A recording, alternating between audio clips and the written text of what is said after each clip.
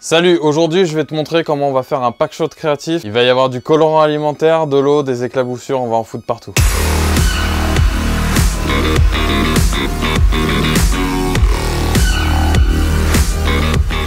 Salut à tous, je suis très content de vous retrouver, surtout que ça faisait très longtemps que j'avais pas fait de tuto sur la chaîne, donc c'est parti, on y va. Mais avant, petit disclaimer. Baradai est une société en gros qui vend des liquides de cigarettes et en fait ils vous font les mélanges à partir d'arômes, comme quand vous allez dans vos boutiques acheter des arômes, le liquide, machin, pour ceux qui connaissent, voilà, je m'adresse surtout à eux. Donc voilà, c'est un pote qui bosse là-bas, c'est comme ça que la collaboration a eu lieu.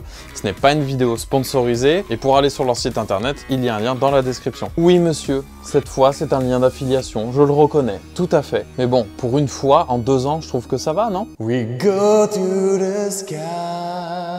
Excusez-moi. En tout cas, c'est une boîte sérieuse qui officie depuis déjà un petit moment. Et en gros, bah voilà, vous êtes livré très vite, les prix sont pas chers. Je vous laisse aller parcourir et puis on en discutera en commentaire si vous voulez. Et franchement, ça vaut le coup d'œil pour ceux qui consomment de la cigarette électronique. Enfin, revenons à nos moutons. Du coup, ce pack shot créatif, comment ça s'est fait? Je me suis dit, allez, on prend des bouteilles, on va essayer de trouver un truc. Alors, comment on est arrivé à ça? Eh ben, on a utilisé du coup du colorant alimentaire dans un bol et tout ça, et on vous a fait quand même des plans behind the scene avec Mathieu, donc je n'ai plus qu'une chose à dire, Magnéto Mathieu. Première technique, et c'est pas celle qu'on pense tout le temps en premier, et c'est quand même d'enlever le cache objectif.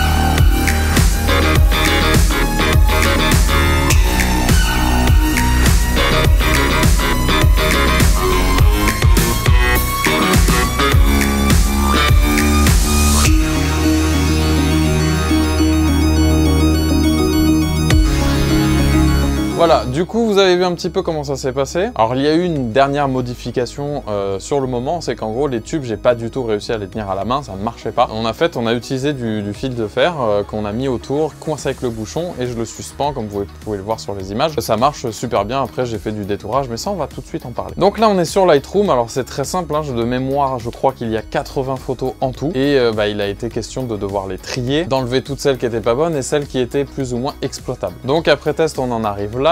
Je les ai exportés en JPEG, mais avec la plus grosse qualité possible. Alors bien sûr, j'ai retouché la photo pour que ensuite ce soit le plus malléable possible sur Photoshop. Et à partir de là, tout simplement, j'ai fait le compositing tout entier. Je pense que je me suis trompé en intro, mais du coup, j'ai dit Baradai, en fait, c'est Baradai DIY. Donc voilà, j'ai fait toute la composition en me basant sur leur charte graphique, qui est très béton néon, en gros, et en restant un petit peu dans le truc un petit peu juicy, arôme. Du coup, les arômes, c'est goûtu, enfin, pour ceux qui fument, vous le savez. Donc eux m'ont envoyé des produits et je me suis dit que ça allait se faire comme ça. L'éclaboussure de couleurs rappellerait le jus de fruits, enfin voilà. Je me suis dit que c'était une cool idée en tout cas. Alors voilà, là on est sur Photoshop, donc j'ai pris une composition de 3:2, donc le ratio initial de toutes les photos. J'ai commencé du coup par détourer chacune des bouteilles et ensuite ce que j'utilise du coup, c'est que vous le verrez après parce que je m'en souviens, j'ai mis un petit peu de temps à l'ajouter, mais il y a un effet, une texture de béton à l'arrière. Et en premier lieu, j'étais justement en train de prendre chaque petite éclaboussure que j'ai